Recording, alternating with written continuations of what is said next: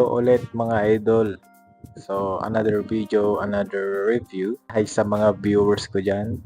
So, pahit naman ako ng subscribe button and the bell button below para updated kayo. So, last time ay nag-review tayo ng AD Live 20 Compact, which is a digital mixer, and today magre-review ulit tayo ng AD, pero this time drum mic naman siya. So, eto siya. Ang ating AD, ang model pala nito is DM7 condenser mic. So, nabili ko siya around 9K. And nabili ko siya sa online, sa Raon. So, first impression ko sa kanya is nagulat ako sa sa casing nito kasi hard case siya. And tignan niyo naman yung quality niya, no. Plastic pero matibay siya. Yung matibay na plastic talaga. O, di ba? And sa mga nagbabalak na magpanda at wala pa silang gamit, pwede nyong i-consider to sa choice nyo sa pagpili ng drum mic. Huwag na natin tong patagalin, i-unbox na natin, no, mga loads. So, ang pag-open pala na ito is meron siya dalawang lock dito.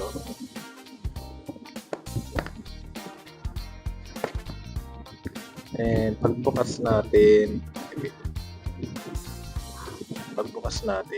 ito yung bungad niya. Teka, baliktad ko.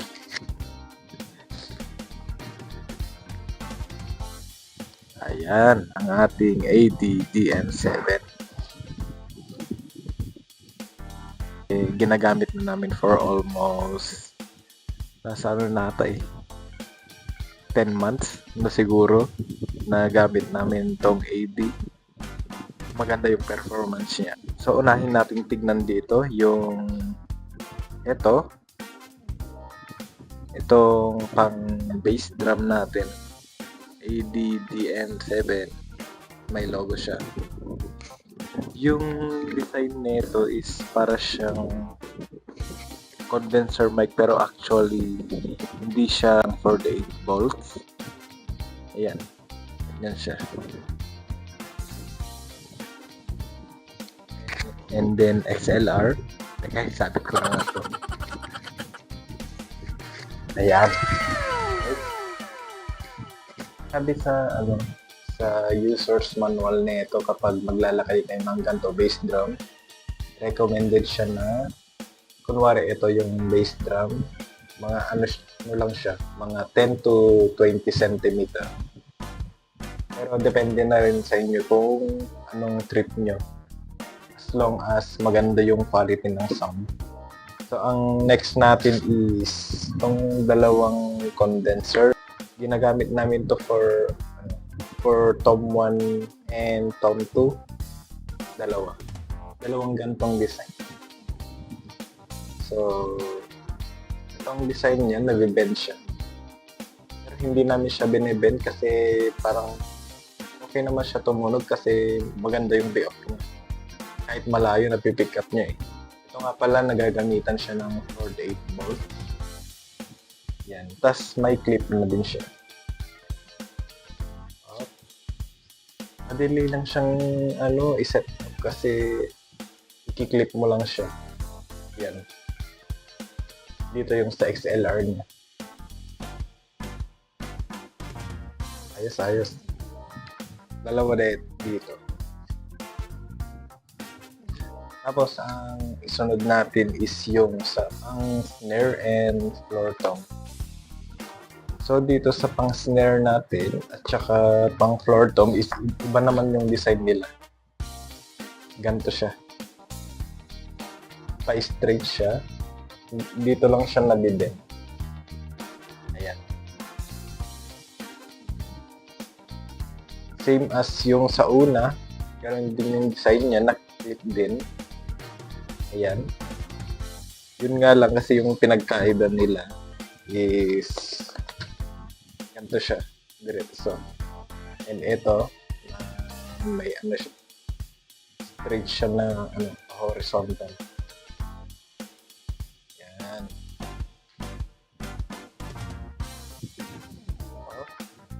Montage natin.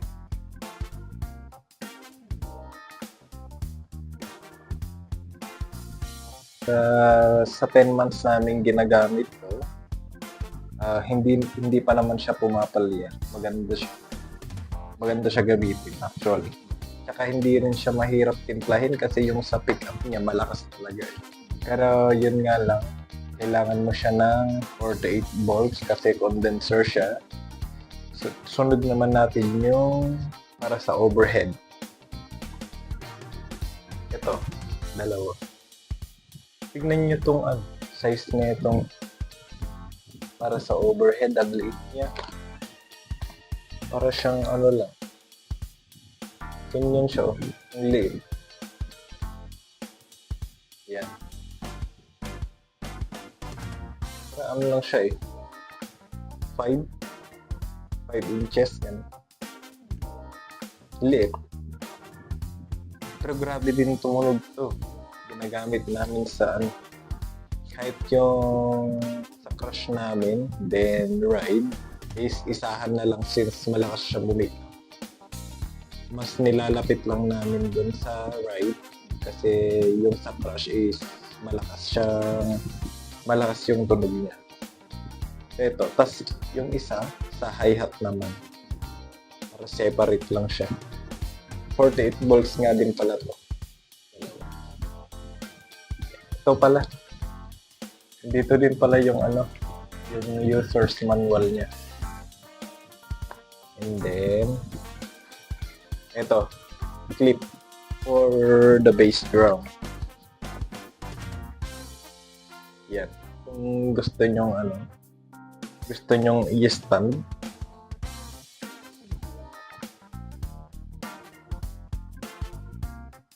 yung honest review ko dito nung ginamit namin sa bass drum is mas gusto niya talaga sa labas. Yung sa loob naman, medyo hindi niya nakaka-capture yung sa tunog. Though, marami akong nakikita na gumagamit nito na sa labas lang talaga siya. So, based on experience, yun nga, sa labas, maganda siya. At saka meron na din pala siyang kasamang dalawang clip para sa overhead. Pero wala siya kasi nandun sa sa stand namin. Hindi ko na natanggal. So, yun lang yung inclusion ng AD-DM7. Ipapakita ko nga pala sa inyo yung actual sound netong AD-DM7.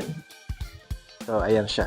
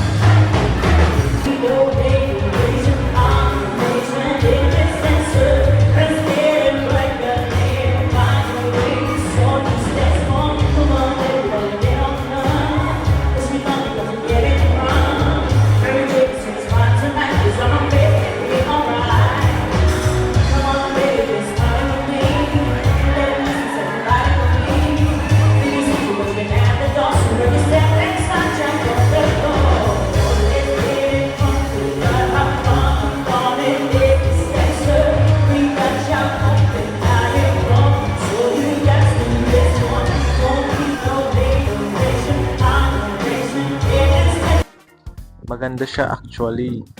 So, sa mga nagbabalak na magbanda na gusto ng condenser mic and nagbabudget din kayo and gusto nyo makamura, baka ito na yon. Less than 10k lang siya. Though maganda din naman sa dynamic kasi hindi na niya kailangan ng 48 volts. Yun lang yung advantage sa dynamic. Pero ito, nung ginagamit ko siya, sa manya ako pinapahirapan magtimpla.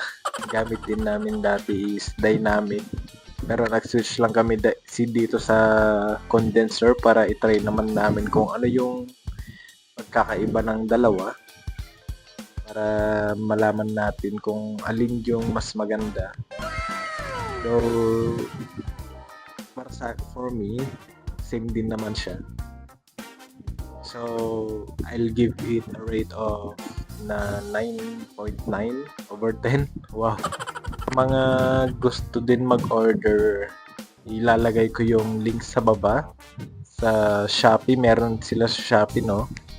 Lalagay ko yung link sa baba.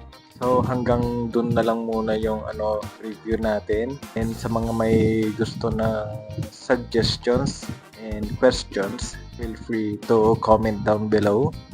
And mag-subscribe na din kayo, no? Para lumago tayo. And hit the notification bell below. Supportahan nyo pa din ako sa mga next videos ko para ganahan tayo ulit gumawa ng mga product reviews na maaring makatulong din sa inyo sa pagbili ng mga gamit.